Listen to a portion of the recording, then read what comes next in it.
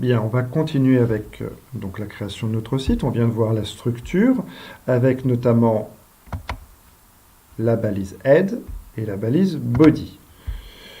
Vous voyez, c'est comme un corps humain. On a une tête et un corps. Dans le corps, dans cette balise, on va donner toutes les informations générales concernant la page, comme par exemple son titre. Et dans la partie body, on va indiquer le contenu de la page. Alors, dans la balise head, par exemple, ce que l'on peut indiquer, c'est le titre de la page. Alors, c'est title en anglais, puisque les balises sont en anglais. Donc, mes vacances d'été, par exemple. Voilà, mes vacances d'été. On ferme la balise. C'est une balise qui fonctionne par paire. Voilà. On ferme bien. Dans le corps, on va faire figurer donc le contenu, tout ce qui va s'afficher sur la page web. Donc, si on regarde la page que l'on veut créer, on a ce texte-là. Donc, on va le placer. Donc, par exemple, c'était mes vacances d'été. Mes vacances d'été.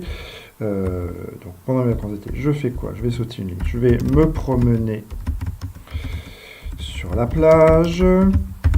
Je peux également dormir au clair de lune. Je peux manger des chichis pour les gourmands. Me balader sur les rochers et me réveiller au son des vagues. Voilà. Donc, on enregistre et on peut regarder maintenant ce que ça donne si on ouvre le document. Alors, vous pouvez l'ouvrir sur le navigateur que vous souhaitez. Moi, je vais le faire sur Google Chrome. Voilà. Voilà ce que ça donne. Alors, vous voyez, on est quand même loin de l'objectif initial, puisque notamment, les phrases se suivent. Donc, pour ça, c'est très simple. Il y a des petites modifications à effectuer. On va découvrir une nouvelle balise, enfin plusieurs nouvelles balises. La balise titre et la balise paragraphe. Alors, la balise titre, pourquoi elle va nous être utile? Bien, regardez, si on regarde le site que l'on veut créer, on a un titre et on a ensuite un contenu. Alors, la balise titre, elle est très simple, c'est la balise H1. Voilà. Qui est une balise également par paire, donc on la referme. Voilà. On enregistre, et si vous regardez ce que ça donne en actualisant, vous voyez, on voit non seulement on a sauté une ligne, mais c'est devenu de manière. La taille de police est devenue plus importante. Donc il y a plusieurs tailles de titres, H1, H2, H3, voilà, on peut en créer plusieurs. Pour les autres qui ont la même taille, c'est un paragraphe, donc on a une balise également pour paragraphe, c'est le petit p, et qu'on va finir ici. Donc on n'oublie pas le slash et on ferme.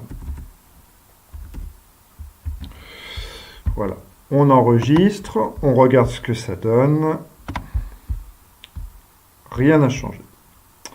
C'est normal, parce qu'on n'a pas indiqué au logiciel qu'on souhaitait sauter des lignes entre chacune des phrases.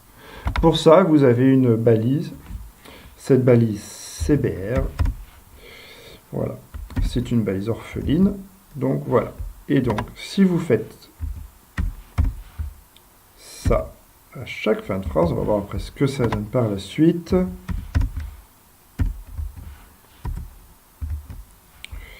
Voilà. Et ici, voilà. Ça, je vais le décaler juste pour que tout le monde puisse s'y retrouver. Voilà. On enregistre, on regarde ce que ça donne. On actualise, et voilà, on a bien une liste. Donc, on a tout ce qu'on voulait. Alors, après, on travaillera sur la mise en forme. Alors, est-ce qu'on a tout ce qu'on voulait par rapport... Donc, on a le contenu. Alors, il nous reste cette partie-là, mes photos. Très bien. Donc, on va le rajouter. On va ouvrir... Voilà. Comme il y a... On va mettre mes photos. On va ouvrir pour l'instant un paragraphe. On verra. Ensuite, on va le changer quand on travaillera sur le CSS. Donc, mes photos.